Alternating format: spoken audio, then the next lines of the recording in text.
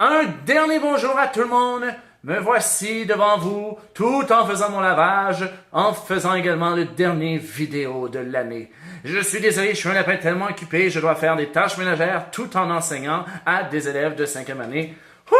Ce n'est pas de tout repos d'être un lapin historien. Alors, on se concentre maintenant sur la comparaison entre le Québec du début du 20e siècle et la côte ouest et les prairies du début du 20e siècle.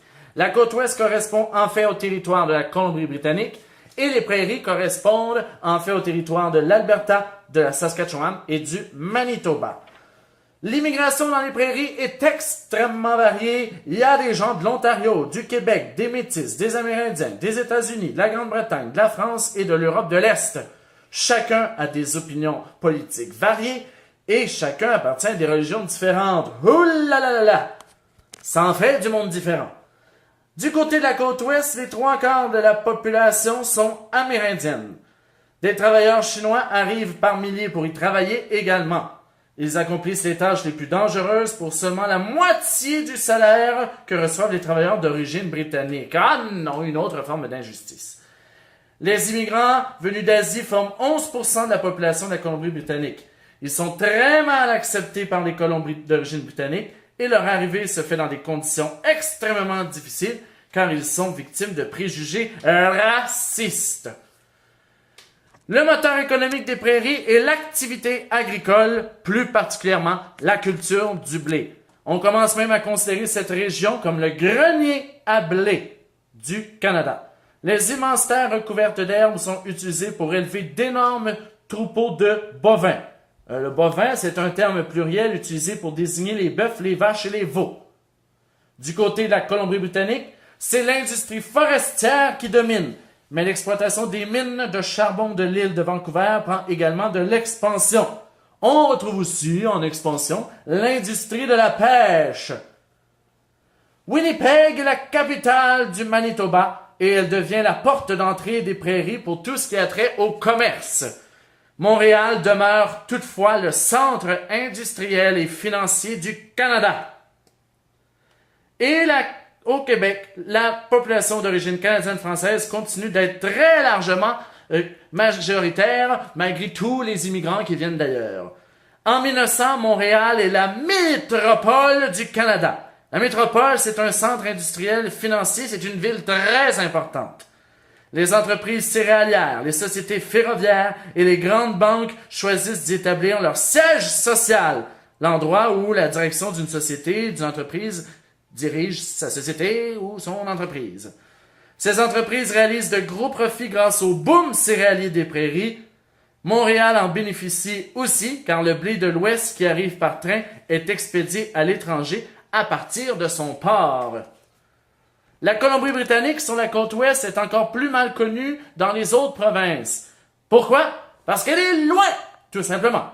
Et parce qu'il y a la célèbre chaîne de montagnes, les montagnes Rocheuses, qui coupent la Colombie-Britannique du reste du Canada. Dans cette province, les gens parlent français et pratiquent la religion catholique. Et les lois n'y sont même pas les mêmes que dans le reste du pays.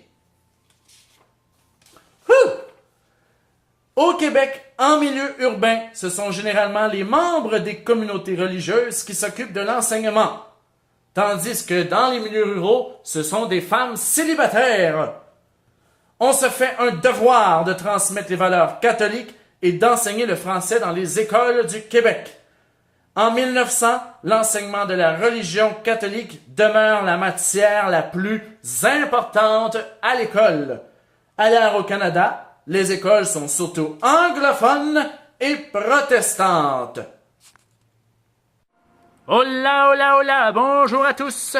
Me revoilà, sur le divan, là où tout a commencé, là où vous êtes tombés en amour avec ma fourrure dorée, afin de vous faire un rapido bref résumé du dossier 4. Le territoire s'agrandit peu à peu du côté du Québec vers 1900, avec l'arrivée de l'Abitibi en premier et ensuite du district d'Ungava. Et ces régions sont ouvertes à la colonisation. Yeah! Les industries se multiplient dans les villes et dans les régions riches en ressources naturelles. L'urbanisation. Ah, me voilà de l'autre côté de la barrière coussinée.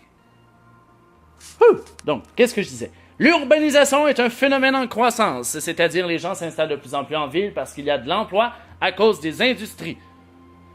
La majorité de la population est francophone et catholique et elle habite à la campagne, en milieu rural.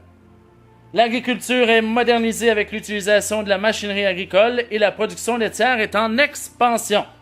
L'Église catholique a beaucoup d'influence sur le maintien des valeurs traditionnelles.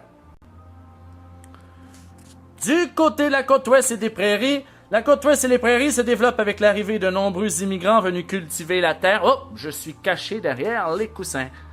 Qui me voit? Qui me voit? Jouons à la cachette. Je suis si bien caché. Personne ne va me trouver. Alors, du côté des prairies de la côte ouest, plusieurs immigrants sont venus cultiver la terre, travailler la construction du chemin de fer. J'ai quitté le plateau de studio. J'étais trop fâché et j'avais trop faim. J'avais envie d'une carotte. Alors, plusieurs immigrants sont venus travailler la terre et la construction du chemin de fer ou travailler dans les mines.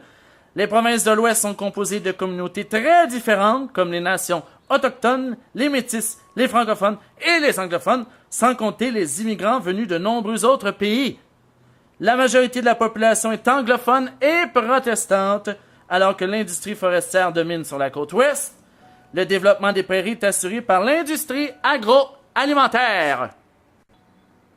C'est ce qui conclut le résumé du dossier 4. J'aimerais souhaiter à tous un joyeux été plein de bonheur et de moments marquants.